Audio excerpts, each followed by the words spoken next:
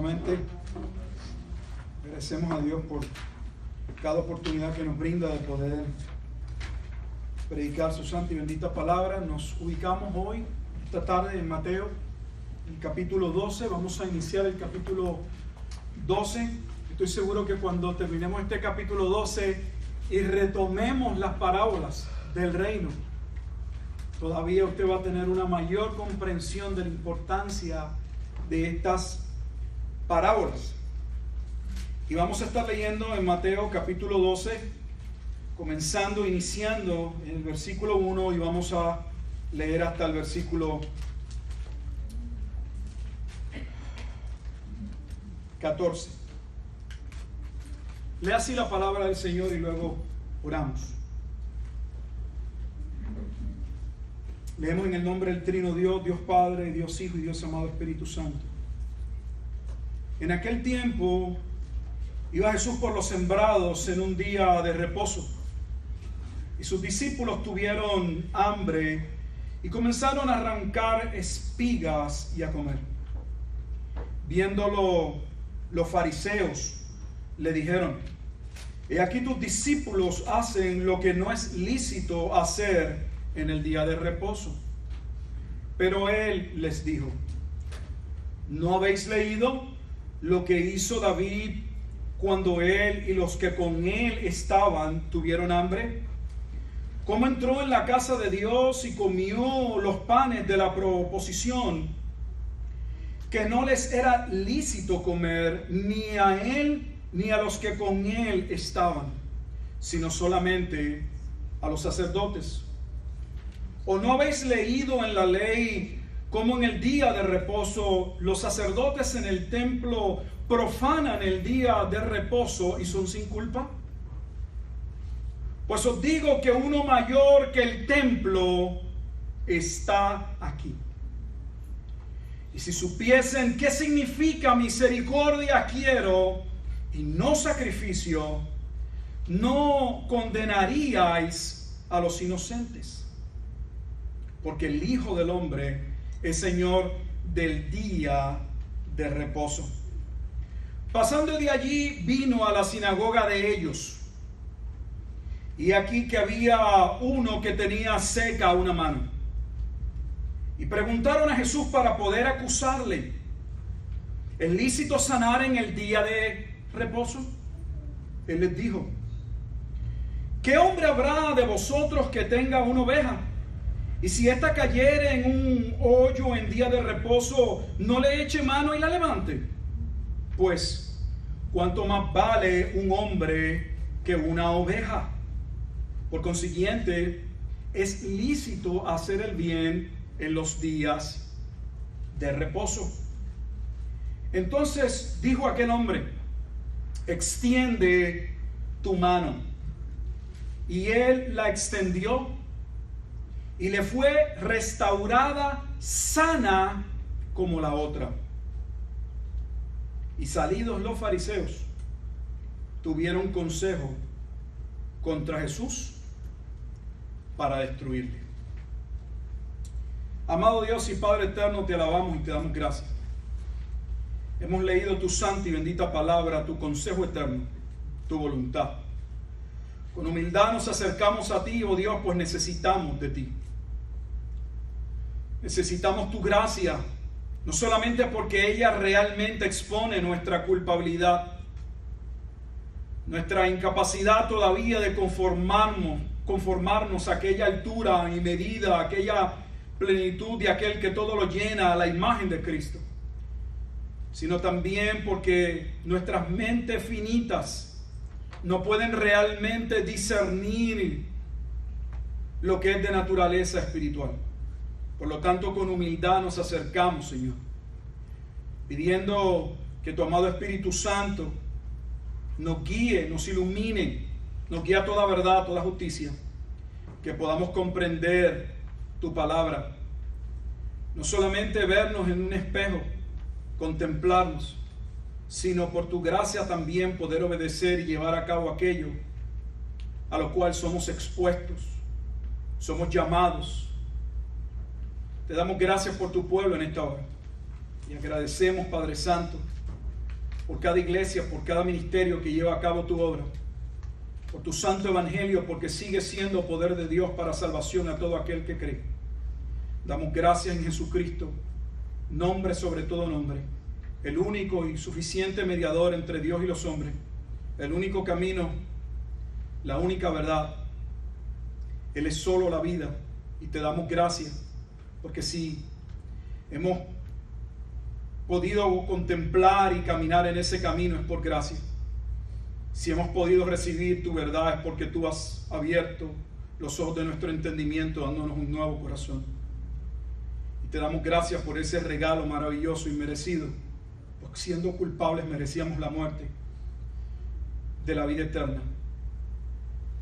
Oh Dios, nos ubicamos con humildad, pidiéndote nuevamente que hables a tu pueblo, que hables a mi persona, que hables a cada persona que esté escuchando, que pueda escuchar tu palabra.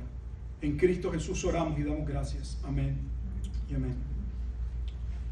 El capítulo 12 que iniciamos en esta tarde va de la mano junto al capítulo 11 y podríamos decir realmente desde el capítulo 8, y podríamos ir hasta el principio, pero por lo menos hasta el 8. ¿Por qué?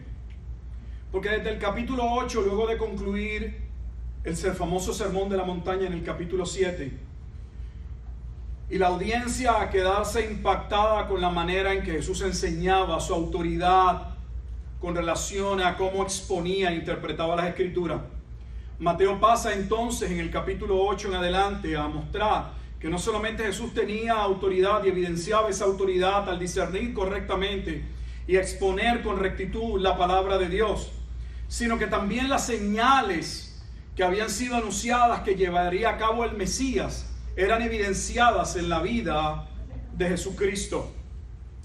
Si recordarán, en el capítulo 8 hay un suceso sumamente importante.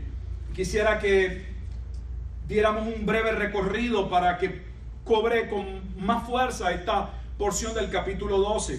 En el capítulo 8 específicamente hay un incidente, hay una situación en la vida del ministerio de Jesucristo que fue maravilloso, un milagro que se lleva a cabo. En el capítulo 8, versículo 5 en adelante, Jesús sana al siervo de un centurión. Y vemos cómo este centurión, un soldado romano, un centurión significa un hombre encargado de aproximadamente 100 soldados romanos, manda a llamar y clama a Jesús por un milagro, no para sí mismo, sino para uno de esos siervos. Y para adelantar un poco la historia, al final le dice: sabes que no vayas a mi casa, yo reconozco las leyes de ustedes, y un hombre como tú o cualquier judío pisar la casa de un hombre gentil realmente sería contaminarse. Reconozco que eres un hombre puesto bajo autoridad, di la palabra, tú tienes autoridad y mi siervo sanará. Y dice en el versículo 10, principalmente importante: al oírlo Jesús se maravilló y dijo a los que le seguían: de cierto digo que ni aún en Israel he hallado tanta fe. Desde el capítulo 8 vemos cómo Mateo comienza a atestiguar, a anunciar el rechazo, la falta de fe, que en el contexto del evangelio no solamente falta de fe, falta de arrepentimiento. Pues la fe no está desligada del arrepentimiento del mensaje del reino. Arrepentíos porque el reino de los cielos se ha acercado. Sin embargo, este hombre, alguien ajeno a las raíces judías, le es dada la gracia de entender que Jesús tenía la autoridad para llevar a cabo aquel milagro. No tenía ni tan siquiera que llegar a su casa ni imponer manos. Con solo decir la palabra, quedaría sano aquel siervo. Y mira lo que Jesús dijo en el versículo 11. Se dice que Jesús se maravilló. De hecho, es la única vez. El Evangelio de Mateo registra que la gente se maravillaba con lo que Jesús hacía. Pero esta es una expresión de que Jesús se maravilló por la fe de alguien. El versículo 11 es importantísimo y dice: os digo que vendrán muchos del oriente y del occidente y se sentarán con Abraham e Isaac y Jacob en el reino de los cielos. No solamente se maravilla por la fe de un hombre que está ajeno al pueblo del pacto, sino que ahora comienza simultáneamente a anunciar que muchos del pueblo de Israel quedarían fuera, porque no creerían en Jesús y no entrarían en el verdadero pacto, en el nuevo pacto. Pero gentiles de todas partes, de fuera, creerían. Versículo 12, muy importante, dice: los hijos del reino serán echados a las tinieblas de afuera. La única interpretación de quienes representan en este momento de la narración y del ministerio de Jesús, los hijos del reino, es la nación de Israel. Dice que quedarían afuera. Observe que tener ascendencia judía en un evangelio dirigido principalmente a los judíos no era ninguna garantía de salvación, como se ha venido diciendo y predicando.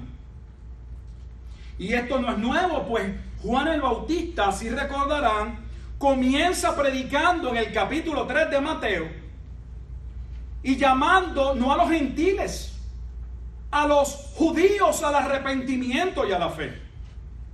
Y cuando le llevaron o le enviaron personas de la alta esfera religiosa para mirar y considerar quién le había dado autoridad a Juan el Bautista para hacer lo que él hacía, Juan les dijo abiertamente, claramente y contundentemente: no vengan aquí pensando que ustedes son hijos de Abraham. Tienen necesidad de arrepentimiento como los demás. Y desde ahora les digo que Dios puede hacer hijos de piedras. Pues como así, de esa misma manera tenían el corazón aquellos judíos, como piedra. Únicamente corazones de piedras transformados, independientemente de qué nacionalidad, pasarían a ser parte del reino. Mas los hijos del reino serán echados a las tinieblas de afuera. Allí será el lloro y el crujir de dientes. Y aunque alguien podría pensar que ese versículo específicamente habla del infierno, y ese es el lugar final de eterno tormento para los que no creen, dentro del contexto de Mateo implica inmediatamente el juicio que vendría sobre Jerusalén. Así que vemos ese momento en que Jesús se goza, pero a la vez le causa una reacción donde emite una palabra de juicio sobre el propio pueblo de Israel, cuando principalmente él fue enviado aquí. En Mateo dice que él fue enviado principalmente sobre el pueblo de Israel. Pero Jesús está consciente que ese pueblo le habría de rechazar. Que solo aquel remanente que el Padre le dio y que él venía a salvar respondería. Lo vamos a ver, eso se va a ir aclarando en el Evangelio. Cuando entramos al capítulo 9 nos encontramos con la primera controversia per se. El primer malestar se da cuando Jesús lleva a cabo el milagro con el cual inicia el capítulo 9. Me refiero a cuando sana a aquel paralítico. Pero antes de sanar al paralítico, si ustedes recordarán, le dijo al paralítico en el versículo 2: ten ánimo, hijo, tus pecados te son perdonados. Y dentro del Evangelio de Mateo, o en el Evangelio de Mateo, aquí inicia parte de la hostilidad de este grupo religioso hacia Jesús. Lo van a acusar de quién es él, que él se cree para perdonar pecados. Básicamente la acusación es blasfemia. Si usted sabe algo de la ley, la blasfemia debe ser pagada con muerte. Jesús sana a este hombre, pero antes de sanarlo, perdona sus pecados. Jesús les diría en aquel momento, en el versículo 6, capítulo 9, pues para que sepáis que el Hijo del Hombre, ese título lo hemos dicho, es muy importante y hoy vuelve a surgir en el capítulo 12, pues para que sepáis que el Hijo del Hombre tiene potestad en la tierra para perdonar pecados. Dice entonces al paralítico, se dirige al paralítico: levántate, toma tu cama y vete a tu casa. Entonces él se levantó y se fue a su casa. Y la gente al verlo se maravilló y glorificó a Dios, que había dado tal potestad a los hombres. No, Dios no le había dado tal potestad a los hombres.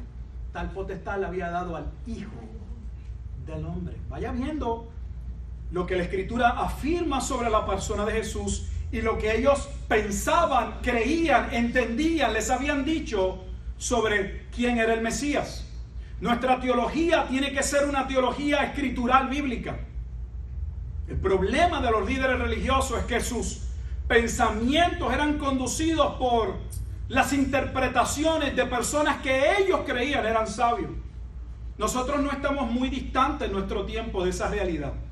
Podemos criticar al judaísmo del primer siglo, pero hoy tenemos un evangelio nominal que tiene sus candidatos, sus personas que ellos consideran son los maestros en la interpretación. Y a esos, y solo a esos, lo que ellos dicen es ley para ellos. Hermano, aquí nadie es ley. Todos estamos por debajo. Esta palabra está por encima de todos. Y todos podemos errar. De hecho, no podemos errar. Hemos personalmente errado en ella.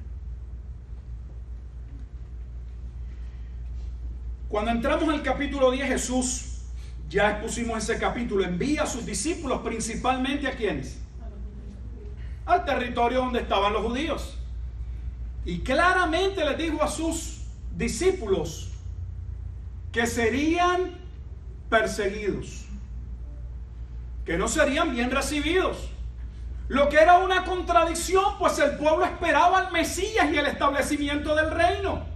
Y Jesús manda a sus 12 discípulos, los que convierten apóstoles, a predicar el mensaje del reino. Esperan el reino y Jesús manda a sus discípulos a predicarles sobre la llegada del reino.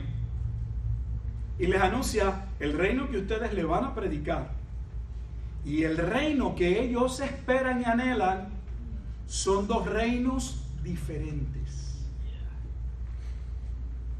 Como hoy, las personas llegan a un lugar como este con una idea de lo que ellos esperan recibir,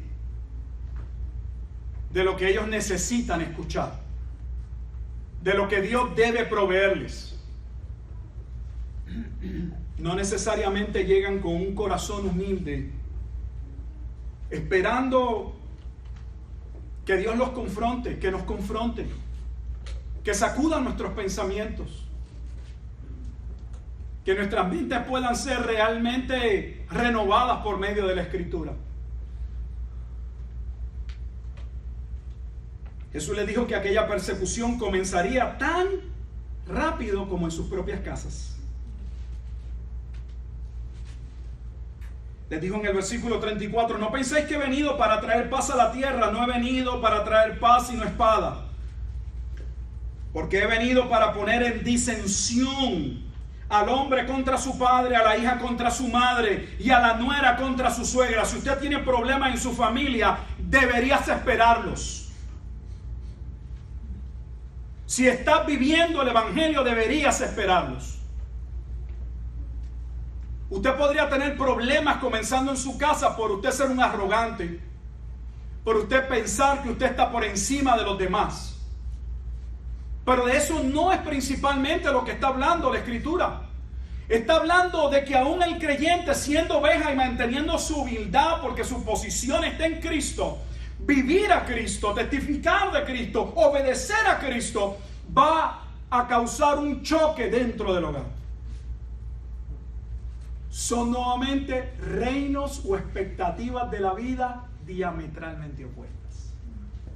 Y dentro del judaísmo, que no aceptaría a Cristo como el Señor, no era, oye hermano o hermana, papá y mamá, no te preocupes, tenemos una idea diferente, pero podemos diferir. No, en el judaísmo tener una idea contraria a su pensamiento era anatema, era de muerte. Era alguien con el cual yo no debo ni quiero juntarme. Esa era la realidad.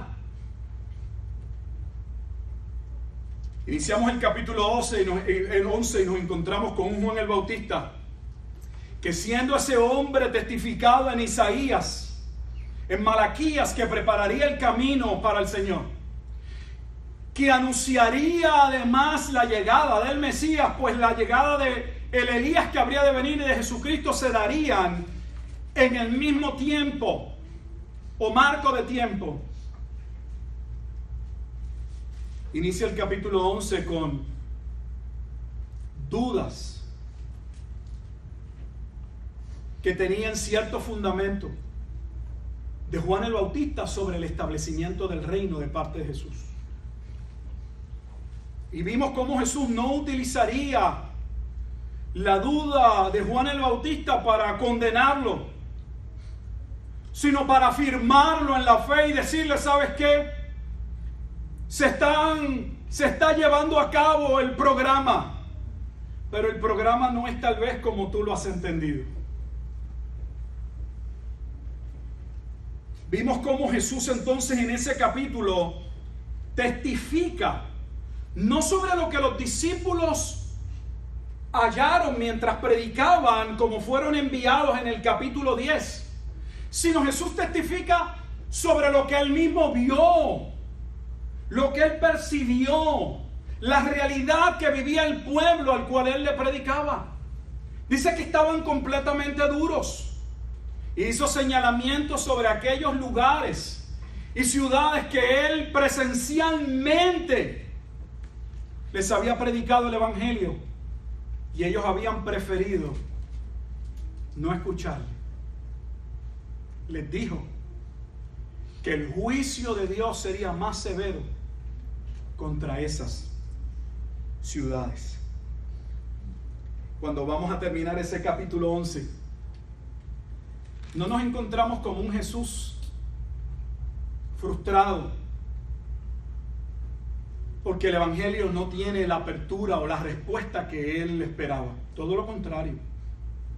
Terminamos un capítulo 11 de Mateo con un Jesús dándole gracias al Padre porque él había ocultado la realidad del evangelio para ser única y exclusivamente revelada a los niños, a aquellos que en la gracia de Dios se les concedería conocer al Padre por medio del Hijo, y a los cuales el Padre les daría la gracia de conocer quién es el Hijo. Pues vimos que el capítulo 11 cierra claramente estableciendo que no se puede hablar de salvación mediante Dios el Padre sin Dios el Hijo, y viceversa, no se puede hablar de salvación meramente creyendo en el Hijo sin creer en el Padre, pues solo Dios se conoce a sí mismo y solo Dios puede darse a conocer a quienes Él quiere. Y ahí inicia el capítulo 12. El capítulo 12 está íntimamente ligado porque ahora vamos a ver cómo se comienza a agravar ese rencor, esa hostilidad, esa falta de arrepentimiento, esa falta de fe, que podríamos decir inicia de parte de los líderes fariseos en el capítulo 9.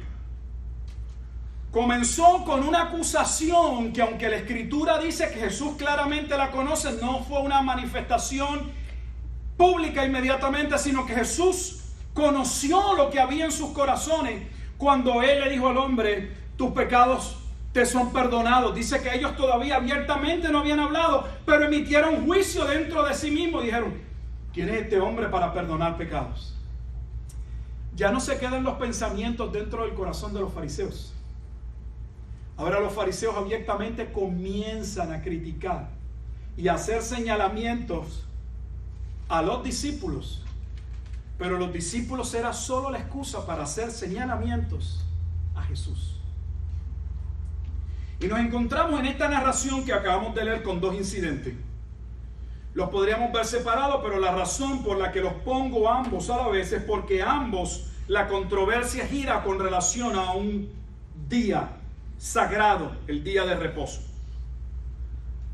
Para entender la controversia, si era legítima o no era legítima, necesitamos entender algunos conceptos sobre lo que disponía la ley o dice la ley con relación a eso. ¿Y qué era el sábado? Bueno, la ley del sábado, según la Escritura, brevemente resumía aquel día en que Dios descansó de la obra de la creación. Y ya hemos hablado que ese descanso que habla el libro de Génesis era un descanso literalmente de toda la obra de la creación. Eso está claramente establecido en el libro de los Hebreos, que Dios no solamente crea el mundo, sino que ese descanso implica que el plan sobre el mundo, cómo el mundo giraría, lo que sucedería, estaba dentro de ese soberano plan de Dios. Y ese descanso, según el libro de los Hebreos, estaba en una persona nuevamente, en Cristo. Él es el verdadero reposo. Principalmente era un día para no trabajar, para apartarse de la faena, del trabajo cotidiano de la vida. ¿Con qué propósito? Dos propósitos principales: dar reposo al hombre. El propósito tal vez más básico, menos profundo, era que el hombre hubiese un día de reposo, de descanso físicamente. Pero no era físicamente el verdadero propósito.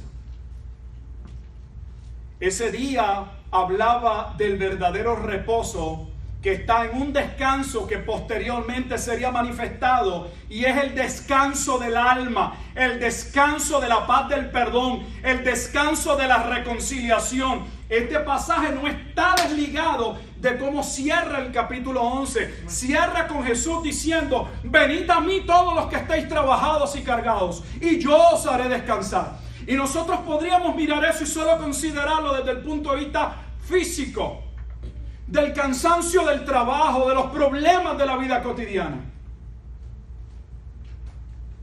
Y tendríamos un ministerio y un evangelio donde Jesús aún resuelve problemas temporales. Jesús no vino a resolver problemas temporales. Vino a resolver un problema eterno, con raíces eternas. El estado de pecado en el cual nace el hombre. Y el único que puede resolver ese problema, quien único podía salvar al hombre, era Dios mismo. Y a eso Jesús llamó a las personas. A eso llamaba el evangelio del reino. Hallar descanso, no en una tierra sagrada, en una persona sagrada, en Dios mismo. Sus discípulos van caminando por un sendero donde está cultivado. Yo no puedo hablar mucho del campo, pues no me crié en él, me crié en la ciudad. Y la verdad desconozco de esa vida que hoy admiro. Ya no producimos, ya solo trabajamos para que otros nos vendan frutos adulterados y llenos de veneno. Porque cultivar la tierra, dedicarse a la familia, no es aspirar a algo, no es ser una persona muy educada. Mis ideas han ido cambiando dramáticamente. Mientras Jesús va caminando con sus discípulos, en ese día donde debían descansar, pero principalmente en un día para adorar a Dios. El día de reposo era un día donde del viernes antes, la caída del sol, el hombre debía disponerse y su familia para reflexionar, pensar y adorar en ese Dios que en el resto de la semana le había dado la vida, le había dado gracia, había estado. Ese era un día para dedicarlo a Dios. La iglesia hoy lo reconoce como el domingo, el día de reposo. Claro que algunos limitan el día de reposo al momento del culto. Alaba alma mía. Sobre el día de reposo es la hora que el pastor da una clase y la hora que predica, y ya el resto de la tarde es mía. Es más, un día que me pudiera trabajar, los domingos pagan más.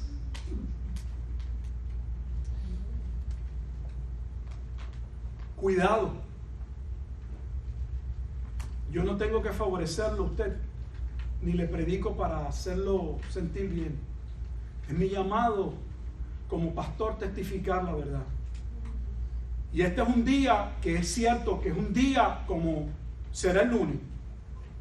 El lunes no es menos sagrado porque no sea el día de reposo. Pero cuidado con menospreciar y no entender el propósito y el principio detrás de la ley, pues precisamente vamos a ver que eso fue la razón que llevó a estos fariseos a errar.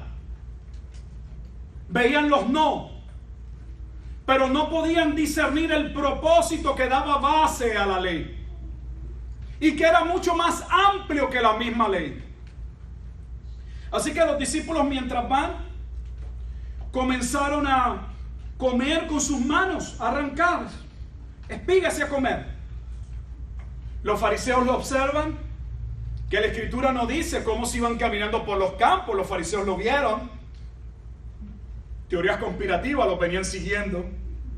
No lo dice la escritura, pero estaban observando, es claro ya de antemano, como lo va a decir especialmente el incidente en la sinagoga, que estaban buscando colocar una ocasión, un momento para poner a Jesús en una situación de dificultad, como lo intentaron en muchas ocasiones. Inmediatamente lanzan la primera acusación o crítica, que parece ser una crítica más contra los discípulos, pero realmente repercute directamente, completamente en Cristo. Viéndolo, los fariseos le dijeron: he aquí tus discípulos hacen lo que no es lícito hacer en el día de reposo. Tus discípulos. ¿Quién era responsable de los discípulos? El maestro. ¿A quiénes se dirigen los fariseos? Al maestro. Parece ser que la acusación primaria es contra los discípulos, no es contra los discípulos. Su ataque y su blanco siempre ha sido el de Satanás, es Cristo. Pero utilizará cualquier cosa que le dé base. Y en este momento, los discípulos vienen comiendo y levantan una acusación y le dicen: oye, tú eres maestro. Básicamente lo que dice: tú eres maestro y permite que tus discípulos violen nuestra ley. La ley establecía, para no entrar en toda la complejidad, que una persona que caminaba, mientras iba caminando, iba de un lugar a otro y entraba a un lugar que estaba sembrado, podía comer mientras caminaba. No se podía parar a recoger frutos, no podía llevar algo para tomar y cargarlo, eso sería robar.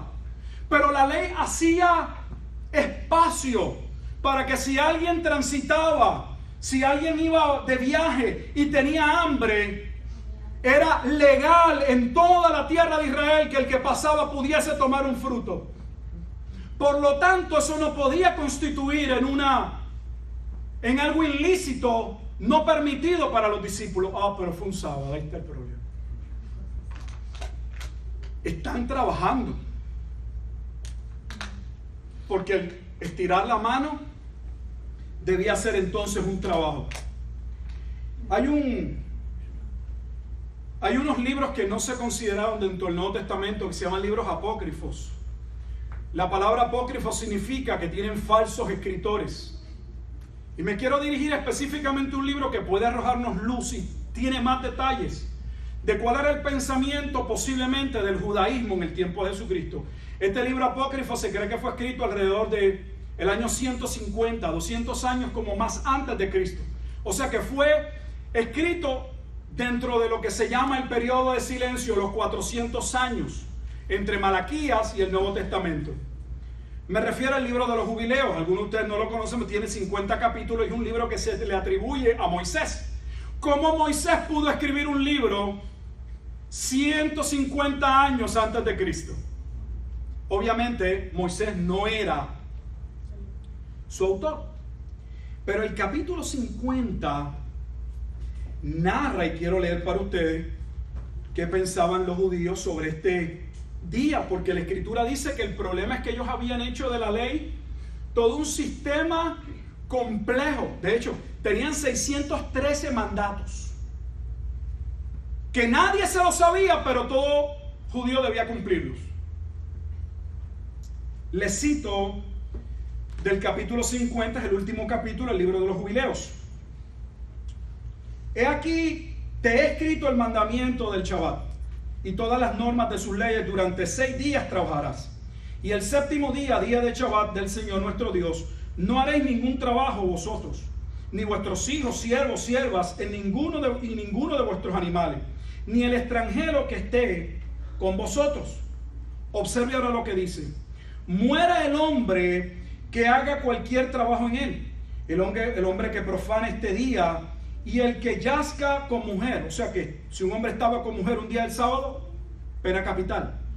Quiero que observe primero que la violación del sábado en el rabinismo que comienza a anteceder antes de Cristo, una violación al sábado era una pena nuevamente ¿qué? Capital. Lo mismo habían hecho en el capítulo 9. La blasfemia de perdonar pecados era otro delito capital. Mateo va presentando poco a poco cómo la idea de terminar, de destruir a Cristo comienza a apoderarse de aquel liderato judío que obviamente ya sabemos de antemano que va a terminar llevándolo a la ejecución. El que yazga con mujer, el que ordene que se haga alguna cosa en él después de amanecer cerca de venta o de compra, el que saque agua que no la haya preparado el viernes, el que levante cualquier cosa para sacarla de su tabernáculo, ellos le llaman tabernáculo también a su casa, muera.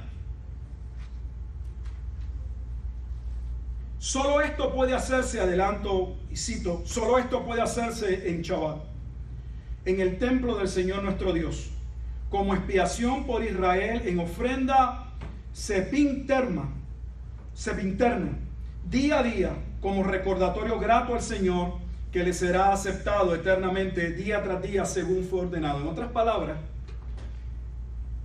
que cualquier actividad era pecaminosa. Todo lo que usted necesitara para vivir el sábado, usted tenía que haberlo preparado el viernes antes del atardecer. Donde único era perdonado el trabajo por disposición de la propia ley, porque Dios así lo había establecido, era que nunca podía parar lo que pasaba en el tabernáculo, en el templo. Los sacrificios y ordenanzas no paraban porque fuera el sábado. Los sacerdotes trabajaban ese día. Eso es importante para entender el segundo argumento de Jesús cuando les va a decir: ustedes no han leído, no saben acaso que los sacerdotes continúan trabajando el día de sábado. Pero vamos a ver cuál es su primer argumento, que Jesús argumenta principalmente. Y no nos vamos a quedar mucho aquí porque esta no es la parte más importante. La parte más importante, más allá de las acusaciones, que la primera acusación es por qué tus discípulos violan la ley del sábado trabajando o comiendo cuando no les corresponde. La segunda acusación es por qué sanas un hombre en sábado. Más allá de eso, lo que Mateo dentro del contexto quiere ir evidenciando es cómo la hostilidad, el rechazo y la falta de arrepentimiento se iba claramente evidenciando. Usted no lo ha visto en muchas personas. De momento parecen una cosa, pero el tiempo aclara muchas cosas. Lo primero que Jesús les va a indicar es versículo 3. ¿No habéis leído? Ellos hablan de que no es lícito, no es permitido, violaron la ley.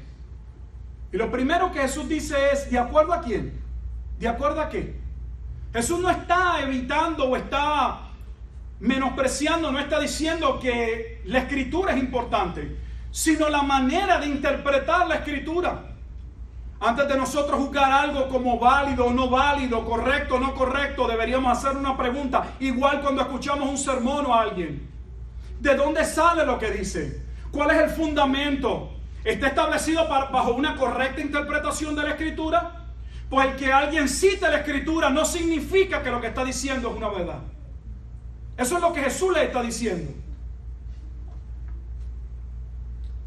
¿No habéis leído lo que hizo David cuando él y los que estaban tuvieron hambre? Se lo dejo para que usted luego lo lea. Está en Primera de Samuel esta historia, capítulo 21, pero tiene que ver con el momento en que ya David ha sido ungido para ser rey. Pero temporariamente está sometido bajo el reinado de Saúl. Saúl comienza a sentir un profundo celo sobre David, al punto que lo lleva a perseguir a David. En este momento David sale huyendo y tiene hambre, y traza un plan que posteriormente, lamentablemente, tiene unas consecuencias negativas que se ven en el capítulo siguiente, 1 Samuel capítulo 22. David va hacia el lugar donde están el sumo sacerdote, donde viven, tiene hambre, sale huyendo, y por la narración lo puede ver, ni tan siquiera se había llevado para defenderse. Pero principalmente le pide al sumo sacerdote que le dé pan.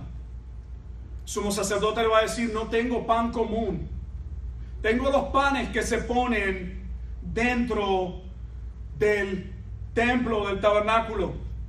Esos eran unos panes que se cambiaban según la ley, un día a la semana, el sabbat, el mismo sábado se cambiaban, se quitaban los panes que habían estado y se ponían panes nuevos. Así que esos panes que se sacaban eran para uso de los sacerdotes. Estaban allí y no se debían tocar. Representaban en un sentido el maná que el pueblo, cómo Dios provee, alimenta y sostiene a su pueblo. Pero posteriormente se reemplazaban a la semana, y ese pan era para los sacerdotes que ministraban. Tenían que comérselo en el templo. El sumo sacerdote le dice: yo no tengo para darte pan común, tengo el pan que acabo de sacar, porque ya le pusimos el pan nuevo. Y David pide de ese pan. Pero el sacerdote, el sumo sacerdote, le da, la historia es interesante, le da curiosidad, porque un hombre que ya había alcanzado fama, David, por la muerte nada más de Goliat, cómo David estaba solo. Y le pregunta, y David se inventa que estaba en una misión secreta. Miente. El David que es conforme al corazón de Dios, miente. Y le dice al sacerdote que andaba en una misión secreta y que nadie debía saber que él estaba allí. Y le pide 5 panes, unos panes, para los que estaban con él, que lo estaban esperando. El sacerdote no está solo. Y en la historia hay una persona que no era parte del pueblo hebreo, que parece que se había judaizado, conocía a David, y posteriormente va y le testifica a Saúl lo que David había hecho, y cómo el sumo sacerdote le había dado panes que no se le debían dar a David. Pero el sumo sacerdote no sabe lo que está pasando. De hecho, si lee la historia, pues esto es el problema cuando leemos una sola parte de la porción.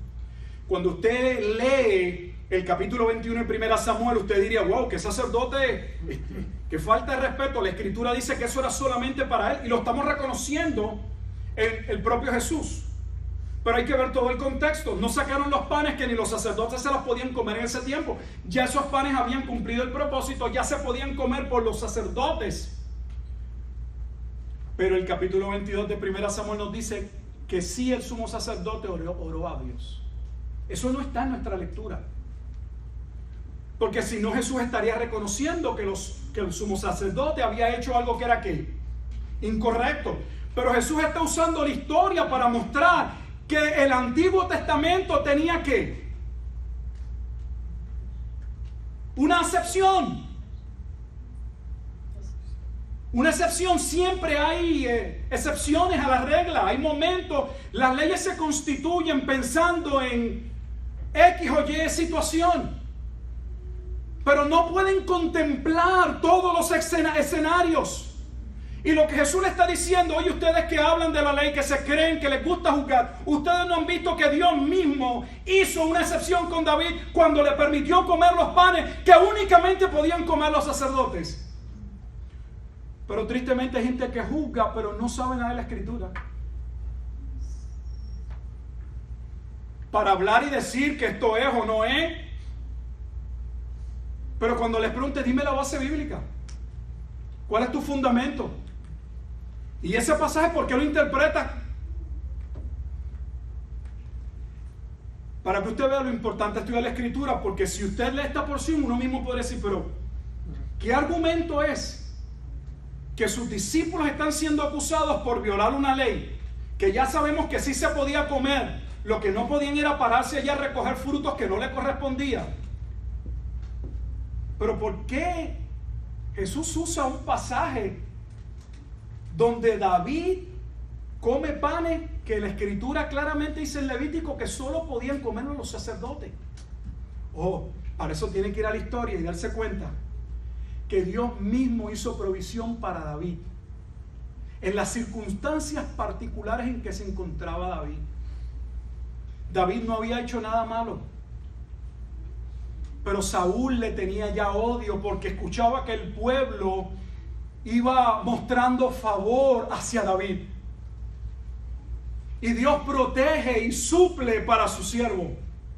Lamentablemente ese incidente en el capítulo 22 tiene como consecuencia, 1 Samuel capítulo 22, el que cuando Saúl se entera,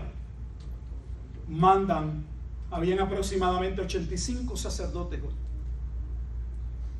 y pagaron con sus vidas. Pero lo que Jesús le está diciendo, ustedes nunca no leyeron, ustedes no han entendido que aunque la ley dice ciertas cosas, debemos tener cuidado en cómo utilizamos la ley. Quiero que preste atención porque llevamos ya un tiempo en que usted oye la famosa frase, dame cordura, de no juzgues. Ahora tenemos una generación de cristianos que no quieren que se les señale conforme a la propia Escritura que ellos dicen creer. Yo podría entender que un creyente diga, a mí no me juzguen bajo, no sé, lo que dice Buda, lo que dice Zoroastro, lo que dicen los Vedas hindúes, pero que no me juzguen conforme a lo que la Escritura dice. Si ser creyente me compete, me lleva, me obliga a cumplir la Escritura. Pero el hecho de que la Escritura esté allí para señalarnos, para corregirnos, como dice, no significa que hagamos mal uso de la misma. El propósito de la ley es instruir inmediatamente, es corregir. Si lleva también el reproche, pero esa no es la idea principal. Usar la Escritura meramente para atropellar, para caerle a alguien arriba, para darle como si fuera un martillo, solamente con el propósito de enjuiciar, de condenar. Eso no es un uso legítimo de la Escritura. Jesús le está diciendo, ustedes están haciendo un juicio equivocado. Un juicio sin tener pleno conocimiento de la Escritura.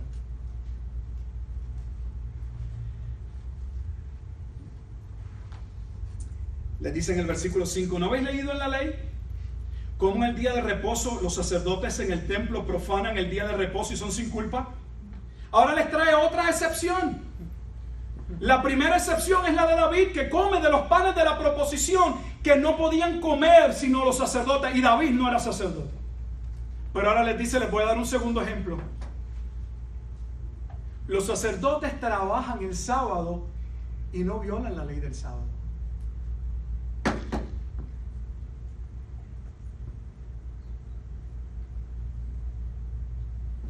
Les estaba dando una cátedra de la propia ley con la cual ellos venían a juzgar al dador de la ley. ¿Se lo repito? ¿Usted sabe que hay cristianos en nuestro tiempo que saben más que aquel que dio la palabra?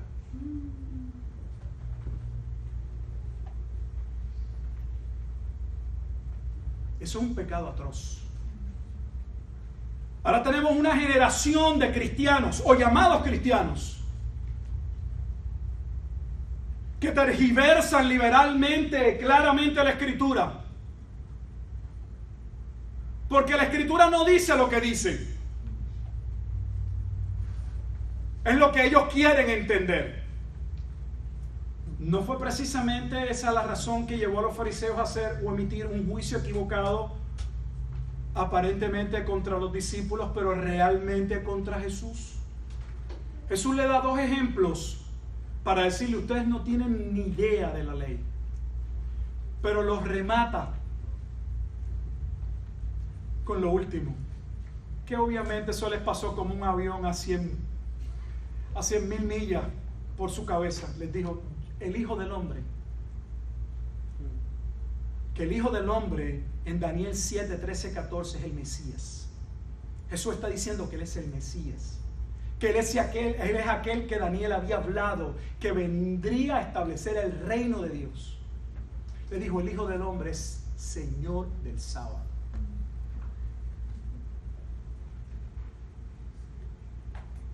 ¿Quién sino el Señor del sábado podía juzgar si ellos habían violado el sábado? Lo increíble de la narración, y si usted no se detiene, es que mientras el Señor del sábado, el dador de la ley, no ve ninguna acusación sobre sus discípulos, tienes un grupo de fariseos que lo señala. Que eso nos lleva a ver, o a entender, o a reflexionar, que debemos tener mucho cuidado con la interpretación de los pasajes. Pues para que sean verdaderos, deben ser correctamente aplicados. No es leer un versículo y usted está hablando de la Escritura. Es que esa Escritura que usted está leyendo, usted la interprete, hable de ella de acuerdo al propósito con el cual fue escrita. Si usted no está haciendo eso, usted está errando del blanco. Usted está adulterando la Escritura, aunque esté usando la Escritura. No sé si entiendan la gravedad del asunto. Los fariseos no fueron a criticarlo basado en una ley diferente. Vinieron a criticar usando la Escritura, pero una interpretación equivocada. ¿Por qué era una interpretación equivocada? Y si supieses qué significa misericordia quiero, versículo 7, y no sacrificio, no condenaríais a los inocentes. Esto está basado en Oseas capítulo 6. Si usted fuera a Oseas capítulo 6, especialmente el capítulo 5, y cómo inicia el capítulo 6, Dios está haciendo un señalamiento al pueblo de que vivían una religión falsa, que su piedad, le llama, su piedad es como la neblina en el amanecer. En otras palabras, que mientras parecían, al hacer uso de la ley, que amaban la ley, que estaban velando por la ley, que tenían celo por Dios, eran pura capota. Eran golfín, enchapados, de esa cadena que está toda mohosa, pero le dan una cobertura. Jesús lo dijo con unas palabras más lindas que la mía. Yo, obviamente, mucho más educado que yo, pues es Dios. Ustedes son sepulcros planteados. Se ve bien la lápida, está bien pintada y tiene buenas flores, pero levántala y verás los gusanos, el olor, la pudredumbre. Jesús no huye de esta situación y dice el versículo 9 que pasando de allí vino ¿a dónde? ¿A la sinagoga de quién? De ellos. Ya que ellos saben tanto sobre la ley, Jesús fue a la sinagoga donde los meros que acusan a Jesús de violar la ley, a escucharlos cómo predican la ley, cómo exponen la ley, pues la sinagoga era el lugar de instrucción en ese tiempo. Y mire qué situación acontece aquí. Versículo 10, aquí había allí uno que tenía seca una mano. Y preguntaron a Jesús para poder, cuidado con las intenciones. Pues nuestras intenciones pueden ser ocultas aún para nosotros, pero para Dios no son ocultas. Cuando ejecutamos algo, cuando pensamos en algo, antes de decidir algo, debemos pensar, ¿por qué razón lo hago? Créanme que evitaríamos muchos problemas y situaciones, comenzando en el matrimonio. si primero pensáramos, ¿cuál es mi verdadera intención en decir tal cosa? ¿Es entablar un diálogo? ¿Es llegar a una solución? ¿O es solamente sacar una palabra de disgusto, de molestia? Así que hay un hombre en esa sinagoga con una necesidad, con una situación personal. Y le preguntaron a Jesús, obviamente no le dijeron, oye, te queremos acusar y hemos traído a este hombre. Pero hay un hombre en esta situación. Jesús llega allí y le preguntan, ¿es lícito sanar en el día de reposo? Mira hasta donde llega el grado de hipocresía en algunas personas religiosas. Jesús les dice, yo he escuchado que para ustedes es normal y ustedes creen que si un animal, un día de reposo, queda pillado y eso podría contribuir o podría traer, acarrear que ese animal muera, ustedes lo desatan. Y aunque es día de reposo, ustedes no dicen que han violado el día de reposo. Pero si atreven a preguntarme si hacerle el bien, el favor, si emitir un acto de gracia y de misericordia sobre una persona el sábado, que es el día de reposo, es pecado. ¿Se imagina la mentalidad de algunas personas? A veces son hasta insensatos, ni saben lo que hablan.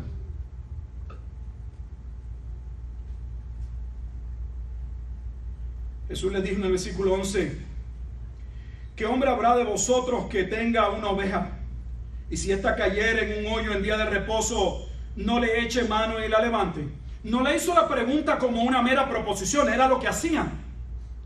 Los está confrontando. Ustedes me preguntan si yo puedo hacerle un favor a este hombre y ustedes se lo hacen a sus animales. Ustedes no dejarían perder que un animal suyo muera. No porque le tienen amor necesariamente al animal, puede ser por comida, lo van a vender.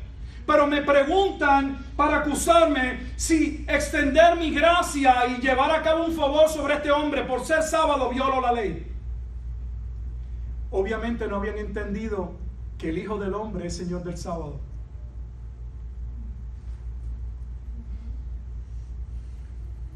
Dios tiene misericordia del que Él quiera tener misericordia, y tiene misericordia cuando a Él le plazca, en el momento en que Él quiera tener misericordia. No sobre quiénes, sino sobre cuándo. Él es el Señor. Versículo 12 les hace otra pregunta.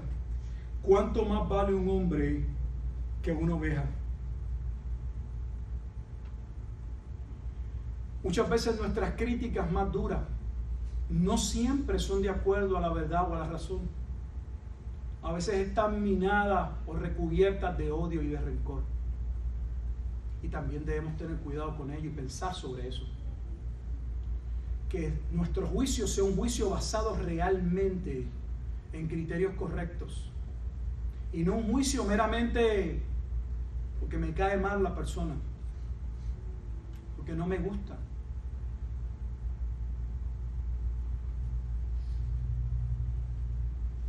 Observe que Jesús no esperó a que ellos dijeran, claro, eso se hace los sábados. Jesús sabía que lo hacían y dijo, por consiguiente, porque ustedes, eso es lo que hablan, eso es lo que hacen, eso es lo que creen, es lícito. Ahora les contesta su pregunta: hacer el bien en los días de reposo. ¿Qué fue la pregunta? Entonces dijo aquel hombre: quita su mirada sobre sus acusadores y pone su mirada sobre aquel con el que él quiere tener una gracia, la que sea, si una gracia o un favor temporal como una sanidad, o sea una gracia salvífica eterna. Y hago esta separación porque algunos creyentes creen o consideran que cada vez que Jesús hizo un milagro estaba salvando a una persona. Eso no enseña la Escritura. Le dio vista a los 10 ciegos, a los 10 leprosos eran salvos. Eso no es lo que dice la Escritura. Solo uno, el que miró y dio gracia, fue salvo. Los otros 9 recobraron la vista, pero se quedaron perdidos, eran ciegos espiritualmente.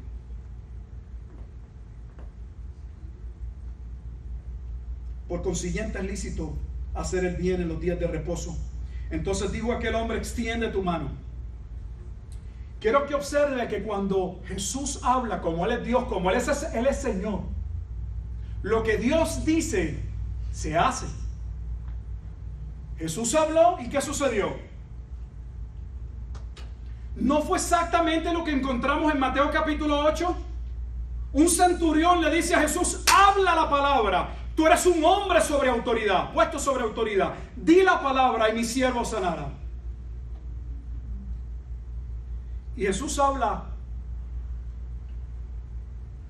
y le dice: extiende tu mano. Extiende tu mano era un comando, era un mandato.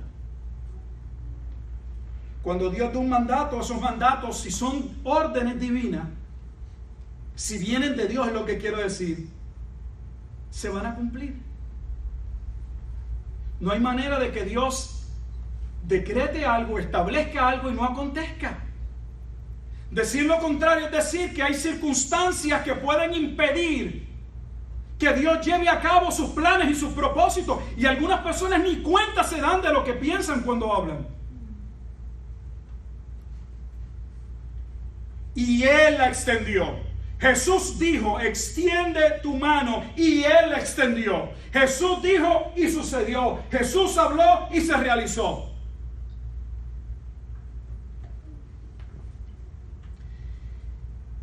Y le fue restaurada sana como la otra, porque Dios no hace cosas a medias. Cuando la obra es de Dios, Dios no hace cosas a medias. Cuando Dios interviene en algo, lo que Dios hace, lo hace bien siempre. Y cuando no hace algo, también lo hace porque es bien. Aunque a ti y a mí no nos gusten. Solo que nosotros llamamos actos y prodigios de Dios aquello que en nuestra mente, en nuestro sentido, en nuestro tiempo parece favorecernos. Pero no damos gracias por aquellas puertas que se cierran, por aquellas oraciones no contestadas, que lo mejor era que no fueran contestadas. Para concluir, aquellos fariseos cayeron en el espíritu como un culto pentecostal.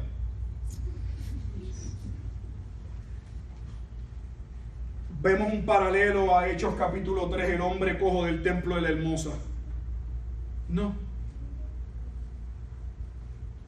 Y salidos los fariseos. Esta es la parte más importante. Todo el cuadro para esta es la parte más importante. Y salidos los fariseos. O sea, viendo todo lo que están viendo, siendo testigos de todo lo que han presenciado, saliendo, porque son cobardes, no de frente, salieron y a las espaldas, ¿qué hicieron? Tramaron cómo iban a destruir, que la palabra griega muy bien puede ser traducida, ¿cómo lo vamos a asesinar? Para cerrar el sermón, te diré: pastor, la parte más importante y tan sencilla, ya verá por qué. Todo el drama que estamos viendo, el contexto inmediato a la porción del capítulo 12, se centra en que Jesús alaba al Padre, porque a algunos Él extiende la gracia para que vean, y a otros deja en oscuridad para que no contemplen su gloria. Y estos fariseos, que ante la multitud representan a los hombres más dedicados de su tiempo, más entendidos en la ley, más rigurosos de la sana doctrina y del obedecer diario de la ley, estaban perdidos. Eran ciegos, guías de ciegos. Y simple y sencillamente, lo que Jesús dijo, aún su aclaración sobre su acusación, es obvio, hermanos, que no fue entendido.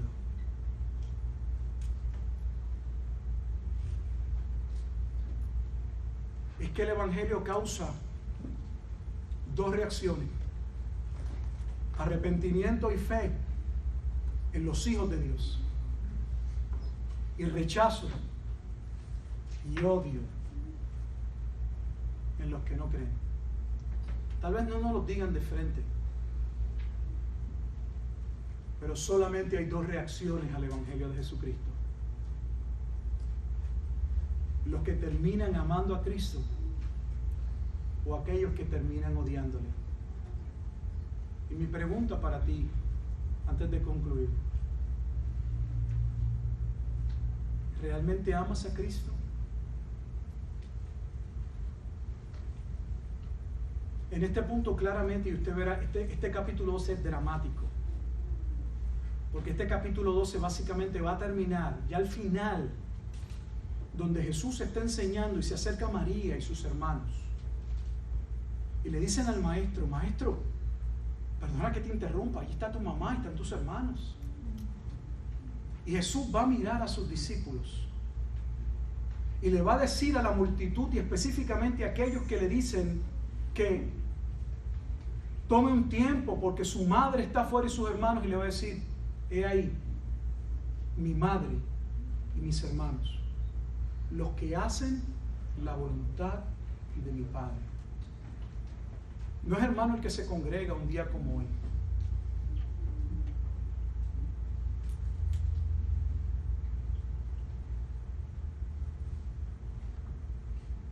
sino el que hace la voluntad del Padre. Y la voluntad del Padre está suscrita en la Escritura. Y la voluntad del Padre es que nos arrepintamos y vengamos a Cristo. Y la voluntad del Padre es que reconozcamos nuestros pecados y nos apartemos de Él. Y la voluntad del Padre es que creamos en Jesús y comencemos inmediatamente, ipso facto, a obedecerle. Pero ahora tenemos una generación nuevamente, como Jesús hablaba de su generación, que vienen y escuchan la palabra y luego se olvidan del sermón. Esas son las palabras del pastor. Yo recuerdo a esos hermanitos que me decían: ahí viene el pastor a criticar, ya viene a señalar, ahí viene a regañarnos. Me imagino que así toman la palabra de Dios. Si usted no le habla de promesas, de sanidad, de un nuevo trabajo, de que Dios abra las puertas para un nuevo préstamo, usted no está hablando del Dios que ellos están dispuestos a adorar. Pues sabe que el Dios de la Escritura no es un niño demandado que usted le da comandos. Es el soberano del cielo y de la tierra. Y este mundo y este reino es de Él. Y nos está dando en su gracia la oportunidad de arrepentirnos. Pues esto le pertenece y nuestras vidas le pertenecen, aunque no lo entendamos. Porque va a haber un momento concreto que, aunque ya esto le pertenece, Él vendrá definitivamente a tomar por completo lo que es de Él. Y lo que no es de Él, incluyendo a los que no son creyentes, los echará fuera del reino. Y hay un lugar para aquellos que estarán fuera del reino, pues no escaparán del juicio de Dios.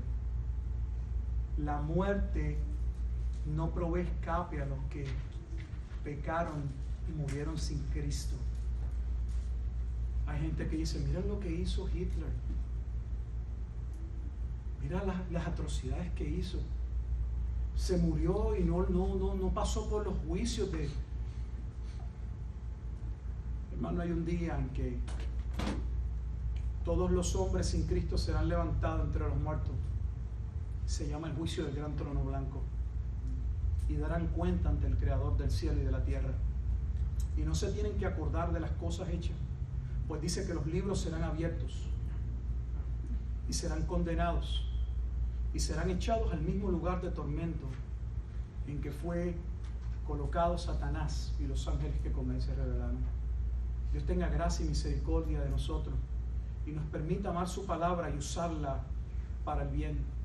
Si bien es cierto, ella nos enseña y podemos usar para corregir, como estamos haciendo ahora, no es menos cierto que no podemos usarla directamente para atropellar a una persona solo porque queremos atropellar o porque nos queremos superiores o algo. Debemos tener mucho cuidado también con cómo manejamos la Escritura.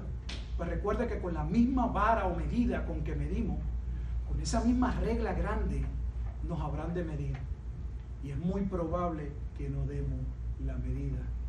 Pues a los hombres se nos hace muy fácil mirar el pecado ajeno que considerar la pajita que está en nuestro propio ojo. Padre, te damos gracias en esta tarde. Te damos gracias por poder, entendiendo el contexto de este pasaje, el privilegio que tenemos de haber sido llamados a ese reposo en Cristo, de un llamado a una paz del alma que solo es alcanzada por aquellos niños que en la gracia Dios le da, que puedan acercarse a Cristo. Mientras muchos rechazarían y rechazarán a Jesucristo, Jesús te alabó porque habrían muchos que serían llamados al arrepentimiento y a la fe en Jesucristo. Y te damos gracias por ese don de la salvación, por ese acto en el cual, pudiendo condenar a todos, quisiste, por un acto de tu gracia y misericordia, según te plació desde antes de la fundación del mundo, preservar una familia y no preservarla, hacerla tu familia, mediante el acto más sagrado y más glorioso, la redención en Cristo. Ahora permite, Dios, que nos podamos acercar a la mesa, que representa ese acto del Evangelio, que representa el costo de nuestra salvación. Ayúdanos a participar de la misma con gozo y con alegría, pero también con un corazón reflexivo, con un corazón que hace introspección, que mira hacia adentro, que contempla. Pues busca la santidad sin la cual nadie verá al Señor. Desea agradarte. Está dispuesto a reconocer su pecado, por tu gracia, por dispuesto. Y conforme a la gracia, tu poder que tú nos das, a disponernos a obedecer tu palabra. Ayúdanos, Señor. Ten misericordia de tu pueblo, y si hay alguien que ha escuchado tu palabra, la cual entiendo ha sido clara, tal persona si ha sido tocada en su corazón por tu palabra y por medio de tu espíritu, pueda en el lugar en el que se encuentra arrepentirse y clamar a ti en arrepentimiento por su pecado y entender que solo en Jesucristo hay salvación y vida eterna, y que posteriormente aquello que acontece en el corazón pueda ser testificado delante de los hombres.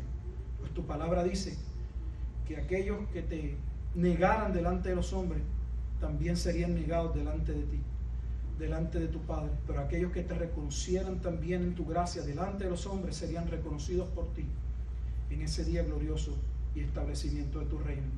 Te damos gracias, Señor. Oramos en Cristo Jesús, Señor nuestro.